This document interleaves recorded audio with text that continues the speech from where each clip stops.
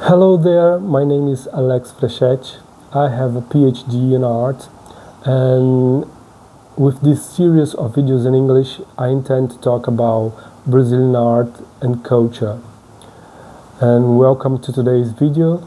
We are delving into life of Hélio de Sica, a Brazilian artist who not just challenged the boundaries of art, but completely reinvented it. Through his fearless experimentation and commitment to engage in the everyday person, Hélio de Sica transformed how we explore creativity. Well, Hélio de Sica was born here in Rio de Janeiro in 1937 into a family steeped in intellect and radical thought. His father, José de Sica Filho, was an innovative photographer and entomologist, combining science and art in a way that profoundly influenced Hélio's one creative journey. And imagine growing up in a household where experimentation was the norm. It's no wonder Hélio turned out to be such a trailblazer. His grandfather, José de Sica, was a proper firebrand. He was an anarchist thinker and writer, very important writer, who championed social justice here in Brazil. It's clear that Hélio inherited not only his family's curiosity, but also their refusal to conform the status quo. As a young artist, Hélio cut his teeth with Grupo Frente, a collective of modernist painters here in Rio de Janeiro. He began with geometric abstraction, heavily influenced by European movements of art like suprematism and constructivism. But to form, Hélio soon found himself bored with the confines of the canvas. He wanted to take art off the walls and into real world. And this questioning led to a pivotal moment in 1960s when Hélio began creating what he called environmental art. Works like his Penetraves allowed viewers to step inside the artwork, the art itself, and they were not just spectators anymore, they were participants, a very important concept to Hélio de Sica.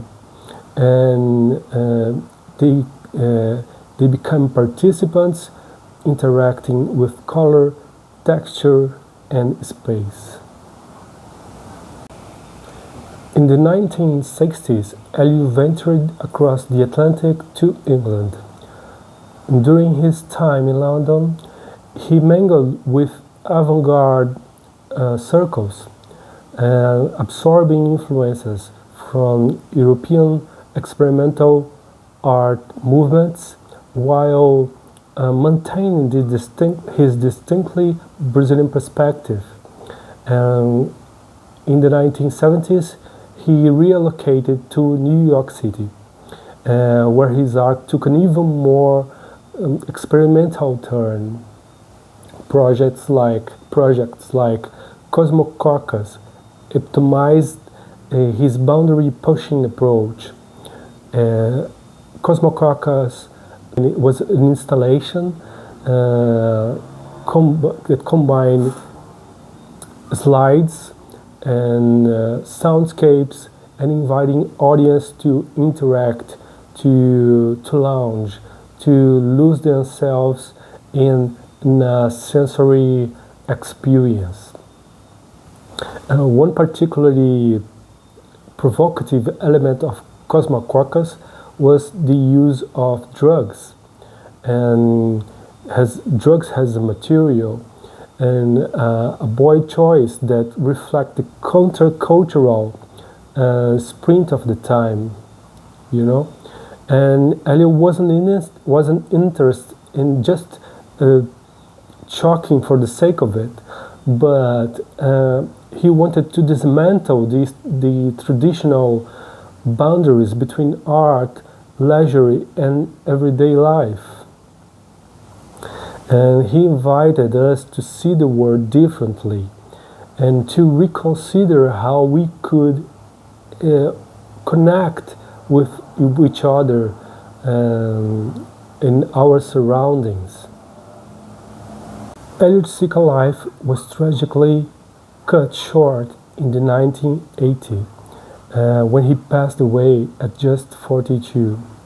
But in those 4 decades, he accomplished more than most could in a lifetime. His works from Tropicalia to Parangolés remain cornerstones of contemporary art and celebrated in exhibitions around the world. And more than anything, Elliot's legacy is one of courage and creativity. His call to seja marginal, seja herói resonates still today, and it is as relevant today as it was in the 1960s, urging us to embrace the margins and to question the authority and to find heroism in everyday acts of resistance. He showed us that art isn't just something to put in a wall, to hang on a wall. It's a way of life, it's a way of seeing, and most importantly, a way of being. Well, thanks ever so much for tuning in today. Elliot Sica's life continued to inspire artists, activists, persons around the world. But what about you? How does his message of being a hero, being a hero on the margins, resonate with your own life? Pop your thoughts in the comments below. I love to hear them. And if you find this video interesting, please why not give a thumbs up and subscribe for more videos about Brazilian art and Brazilian culture. Okay, until next time, and bye bye.